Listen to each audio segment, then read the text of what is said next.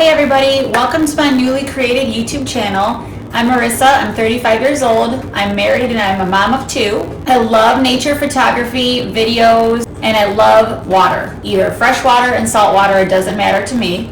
I became certified with scuba diving in 2021, so it's very recent. I'm only 4 years in and I'm a PADI Master Scuba Diver, which is the top level of recreational diving. I'm able to dive up to 130 feet. Anything deeper, it gets into more technical diving, which is different certifications and a lot more training.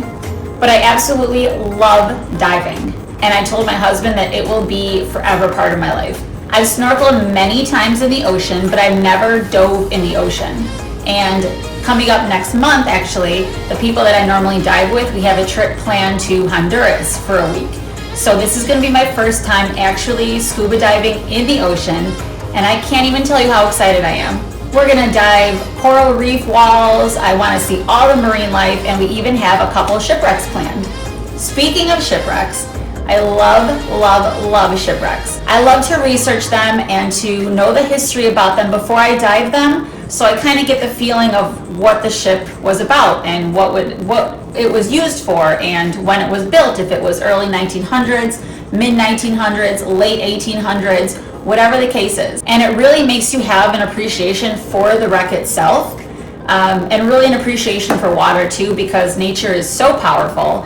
And a lot of these wrecks throughout the world were sunk because of storms or huge waves that just engulfed them. So you kind of have to have an appreciation for nature because, I mean, it can kill us. So it can wipe out humanity pretty quickly if it wanted to. But the wrecks themselves, they're kind of like a moment in time that you're able to physically dive down and see it. And if it's safe enough, you can touch it. And if you're certified and it's safe enough, you can go in the wreck, which is just unbelievably awesome. To me, it's way better than actually going to a museum because you can't really touch anything in a museum. There's a piece of glass up or there's a rope up that's saying, you know, don't climb over or don't stand on this or don't touch this.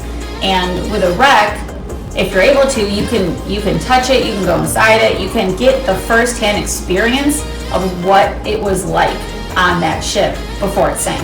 But with this channel, I originally created it just to post my diving videos. But then I thought about what if I talked about my experiences and my entire journey scuba diving. Like I said, I'm newer, I'm only 4 years into diving, so I really haven't experienced much of the diving world yet. So diving is an extreme sport, right? And there's excitement, there's fear, there's adrenaline, maybe a combination of all 3 things before getting into the water. And we see all the time the beauty of scuba diving. We'll see the beautiful pictures, marine life, the videos that people take, or the amazing stories that people have.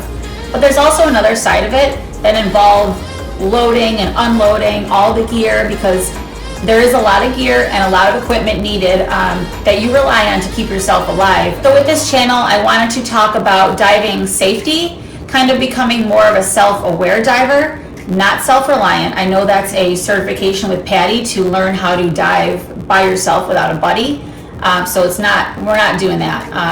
This is more self-aware, kind of just being aware of the situation, being aware of yourself, pre-dive, how you're feeling, during the dive, post-dive, and it all goes back to safety, just to keep yourself safe and to keep others around you safe as well while you're diving. But there will be videos going over gear, maintenance of gear, decompression sickness, gas narcosis, enriched air, nitrox air, and I want to talk about, I want to have other people on here too, because like I said, I'm newer, so I want to be able to have someone who's more experienced on here too to come in and talk about certain things. I also want to have my own personal experiences and my stories and certain fears that I overcame at depth, how I overcame them, and what steps I took to overcome them. I've been called fearless in my life on more than one occasion.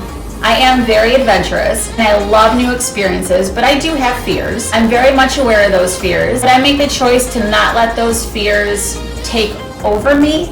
And I always do things, I always put safety first, so I'm not going to do anything recklessly, but I'm the type of person that will want to overcome a fear because I will never let a fear stop me from having an experience or trying something new. And of course, you'll see tons of And of course, you'll see tons of otter again, under. You'll see tons of videos of me at depth. Of course at depth. I'm not going to do it on the surface.